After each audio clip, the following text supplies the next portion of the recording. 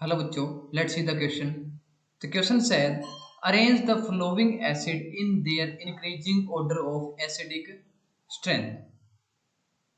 तो बच्चे हमें कुछ एसिड दे रखे हैं, उनको हमें एसिड स्ट्रेंथ के अकॉर्डिंग उस ऑर्डर को हमें अरेंज करना है।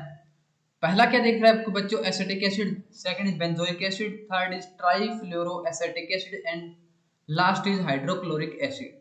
तो बच्चों हमें यहाँ पे इन सभी एसिड की pKa वैल्यू दे रखी है। अब हमें क्या है, इन pKa वैल्यू के अकॉर्डिंग इनको अरेंज करेंगे कि इनका क्या एसिडिक ऑर्डर है वो रहता है। तो बच्चों सबसे पहले हम यहाँ पे बात करेंगे की concept that is acidic strength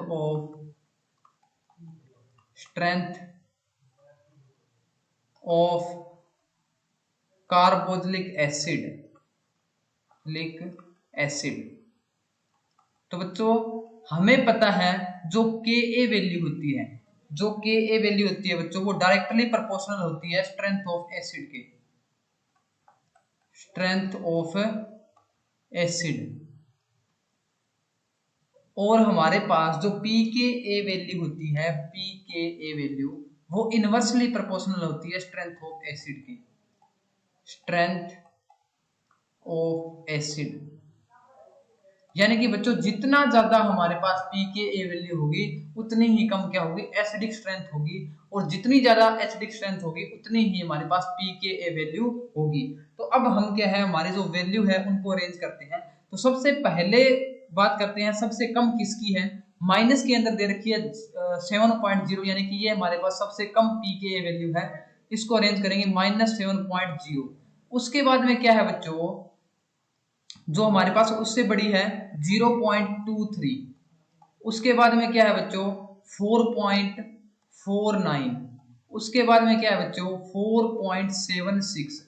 तो ये है हमारा ऑर्डर pKa वैल्यू का, हमने लिख लिया। सबसे कम क्या है हमारे पास हाइड्रोक्लोरिक एसिड की है, HCl की है, और सबसे ज्यादा किसकी, हमारी एसिटिक एसिड की है, दैट इज 4.76। ठीक है बच्चों। अब जितनी कम होगी हमारे पास pKa वैल्यू उतनी ही ज्यादा क्या होगी बच्चों, उसकी एसिडिक स्ट्रेंथ होगी। तो यानी कि जो हमारे 4 नंबर है उसकी सबसे ज्यादा क्या होगी एसिडिक स्ट्रेंथ, उसके बाद में थर्ड नंबर की, उसके बाद में सेकंड नंबर की, उसके बाद में क्या आएगी बच्चों फर्स्ट नंबर की एसिडिक स्ट्रेंथ आएगी। अब हमें जो ऑप्शंस दिए गए हैं उसके अंदर देखते हैं कि ये ऑर्डर किस ऑप्शन के अंदर दिया गया है। तो अगर हम यहाँ पे ऑप्शन नंबर ए की बात करें तो 4 नंबर की क्या है बच्चों सबसे ज्यादा है, फिर थर्ड की है, फिर सेकंड की है, और फिर फर्स्ट की है। तो अपना जो करेक्ट आंसर हो जाएगा बच्चों वो हो जाएगा ए, क्योंकि इसके अंदर क्या सबसे ज्यादा किसकी है एसिडिक स्ट्रेंथ है, pKa वैल्यू यानी हाइड्रोक्लोरिक एसिड की है। उसके बाद में बच्चों आपकी ट्राइफ्लोरोएसिटिक एसिड की है, उसके बाद में बेंजोइक एसिड की है, और सबसे कम बच्चों किसकी है एसिटिक एसिड की है। तो अपना करेक्ट आंसर हो जाएगा A. I hope you understood it well. Thank you.